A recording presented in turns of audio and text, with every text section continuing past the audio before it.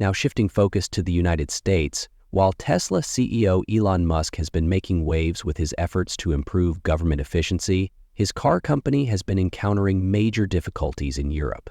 Tesla seems to be struggling, and even Musk appears to recognize it. Sales have been plummeting, dropping a massive 60% in Germany and even declining in Canada. The Cybertruck is proving to be a significant issue, and Tesla's profits are heavily tied to risky financial strategies that might not hold up. With investors growing uneasy and government support weakening, the real question is whether Tesla can survive this downturn. In the US, Tesla has taken a major hit, with sales dipping by 11.6% in January alone. While that number may not seem disastrous at first, it becomes more concerning when considering that California, Tesla's strongest market, is part of that decline. If Tesla is struggling in a region where electric vehicles are deeply ingrained in daily life, where can it continue to thrive? For years, Tesla has relied on California's market, benefiting from tax incentives, tech-savvy consumers, and a culture of early adopters. However, that advantage is beginning to fade. Germany is another major trouble spot. Once a stronghold for Tesla, the country has started pulling away from the brand. Sales have nosedived by a staggering 60%.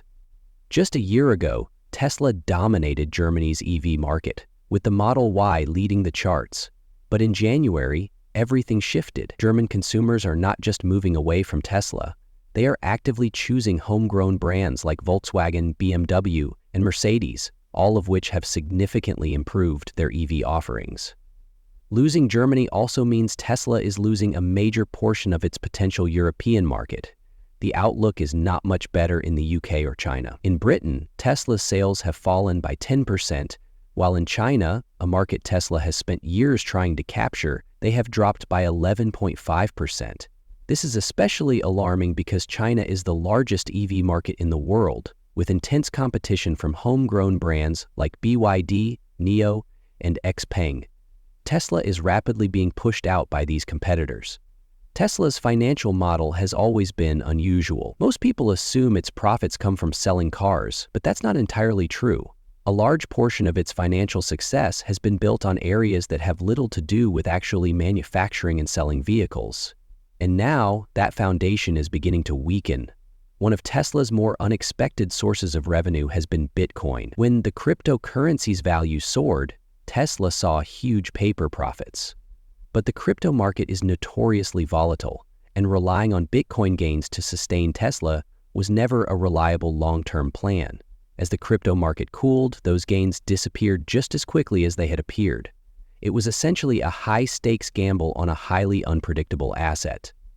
Another key revenue stream for Tesla has been carbon credits. For years, Tesla has generated billions, not from selling cars, but from selling these credits to other automakers. Because Tesla only produces electric vehicles, it earns these credits, which it then sells to traditional car manufacturers needing to meet emission standards. This has been an incredibly profitable business, but it is not sustainable. As more automakers develop their own EVs and hybrids, they will no longer need to purchase Tesla's carbon credit. When that happens, a crucial piece of Tesla's revenue will disappear. Tesla's self-driving technology is another area of concern. Musk has repeatedly hyped up the company's full self-driving FSD software, claiming it is just around the corner from transforming transportation. The problem is, we have been hearing that promise for years, yet FSD is still not truly autonomous. Tesla continues to charge customers thousands of dollars for the feature, yet it still requires human supervision, still makes major errors, and still does not deliver on Musk's grand promises.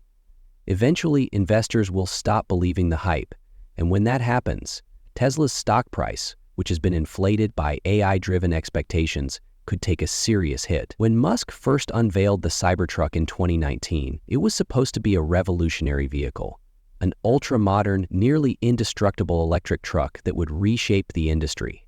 Fast forward to today, and reality is far less impressive. The Cybertruck has faced continuous production issues and delays, but now there is an even bigger concern. It might be one of the most dangerous vehicles on the road. Reports suggest the Cybertruck has an alarmingly high fatality rate of 14.5 deaths per 100,000 units. To put that into perspective, That is 177 times worse than the infamous Ford Pinto, which became notorious for catching fire when rear-ended, yet had a fatality rate of just 0.85 per 100,000 units. The fact that the Cybertruck's fatality rate is so much higher is alarming.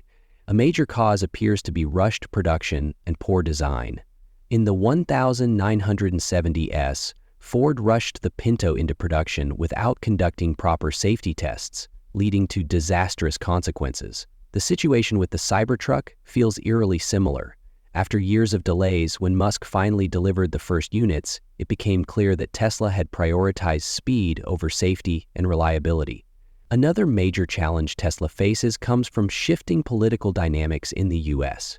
If a second Trump administration takes over, there are concerns that policies supporting EV adoption could be reversed. Trump has never been a strong advocate for electric vehicles.